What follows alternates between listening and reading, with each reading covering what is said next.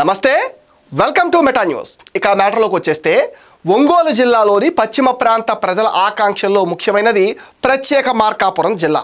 గత 55 ఏళ్లుగా ఉన్న డిమాండ్ కూటమి ప్రభుత్వం ముఖ్యమంత్రి చంద్రబాబు చొరవతో నెరవేరుతుంది.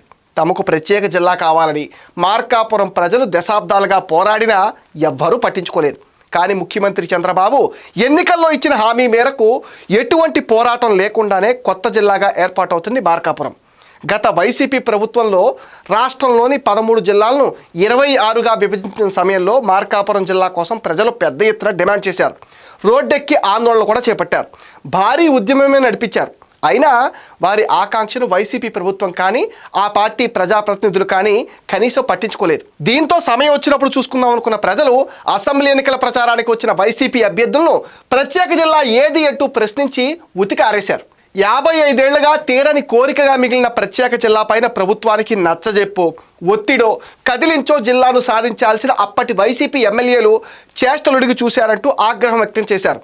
ప్రజల ఆకాంక్షలు ఎన్నికల ప్రచారానికి వెళ్లిన వైసీపీ అభ్యర్థులు, నాయకులను తీవ్రంగా ఇబ్బంది పెట్టింది. ప్రజల మనోభీష్టం తెలుసుకోకుండా ప్రభుత్వం ఏకపక్షంగా నిర్ణయాలు తీసుకుంటే ఏం జరుగుతుందో మార్కాపురం ప్రజలు చేతల్లో చూపించారు. ఎన్నికల్లో టీడీపీ ఎప్పుడూ గెలవని సీట్లలో ఏకపక్షంగా విజయం కట్టబెట్టారు. దీనికి కారణం ప్రత్యేక జిల్లా డిమాండ్ను ముఖ్యమంత్రి చంద్రబాబు అంగీకరించటమే.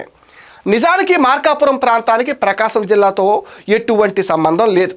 కానీ వెనకబడిన ప్రాంతాల అభివృద్ధి లక్ష్యంగా 1970లో ఒంగోలు జిల్లాను ఏర్పాటు చేశారు. 1972లో స్వాతంత్ర సమరయోధులు ప్రకాశం పంతులు పేరు మీద ప్రకాశం జిల్లాగా మార్చారు. ప్రస్తుతం జిల్లా కేంద్రంగా ఒంగోలు, బాపట్ల, జిల్లాలోకి వెళ్ళిన చీరాల, పర్చూరు, అద్దంకి ప్రాంతాలను అప్పట్లో గుంటూరు జిల్లా నుంచి విడదీశారు. కొండపి, కందుకూరు, కనిగిరి, దర్శిలో కొన్ని ప్రాంతాలని అప్పటి నెల్లూరు జిల్లా నుంచి ప్రకాశం జిల్లాలో కలిపారు.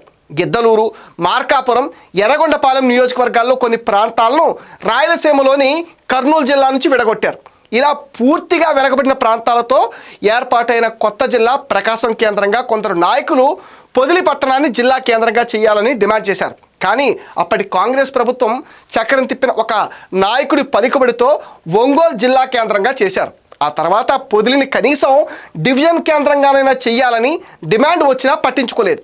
ఒకప్పుడు మార్కాపురం కేంద్రంగా ఉన్న లోక్సభ నియోజకవర్గం కూడా పునర్విభజనలో రద్దయింది. అయితే రాయలసీమ నుంచి ప్రకాశం జిల్లాలో చేరిన తర్వాత ఆ ప్రాంత ప్రజల మనోభావాల్లో మార్పు వచ్చింది.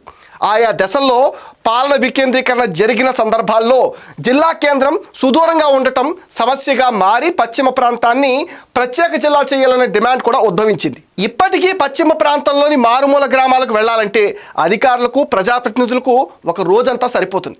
ఒంగోలుకు, గిద్దలూరుకు 140 కిలోమీటర్లు, పొల్లెల చెరువు మండలం నుండి 120 కిలోమీటర్ల దూరంలో ఉన్నాయి. ఇక అటవీ ప్రాంత గ్రామాలకు అధికారులు కానీ ఆయా సందర్భాల్లో పాలక ప్రజాప్రతినిధులు వెళ్ళారంటే 2 రోజులు పడుతుంది.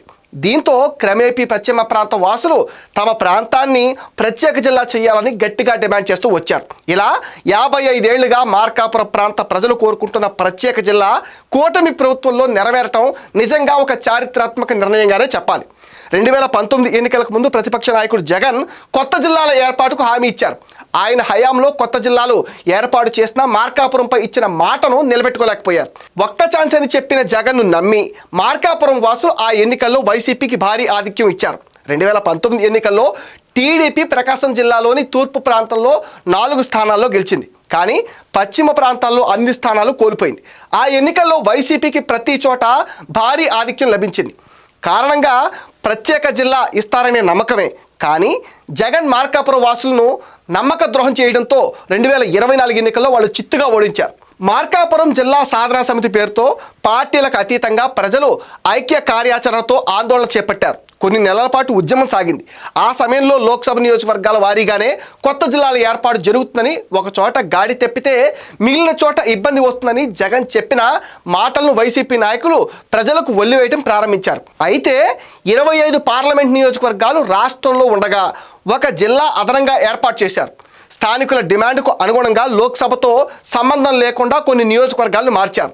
ఉదాహరణకు బాపట్ల లోక్సభలో ఉన్న ఎస్ఎన్ పాడును ప్రకాశం జిల్లాలో కలిపారు. వెంకటగిరి నియోజకవర్గంలోని కొన్ని మండలాలను నెల్లూరులో కలిపేశారు. మరికొన్ని మండలాలను కొత్తగా ఏర్పడిన తిరుపతి జిల్లాలోకి మార్చారు. ఈ రెండు అంశాలను పశ్చిమ ప్రాంత వాసులు అండ్ ప్రజలు ప్రస్తావిస్తూ స్థానిక వైసీపీ ప్రజాప్రతినిధులు నాయకులు అన్యాయం చేశారని దుమ్మెత్తిపోశారు. ఇలా మార్కాపురం వాసుల దశాబ్దాల కళ ఎట్టకేలకు నెరవేరుతుంది.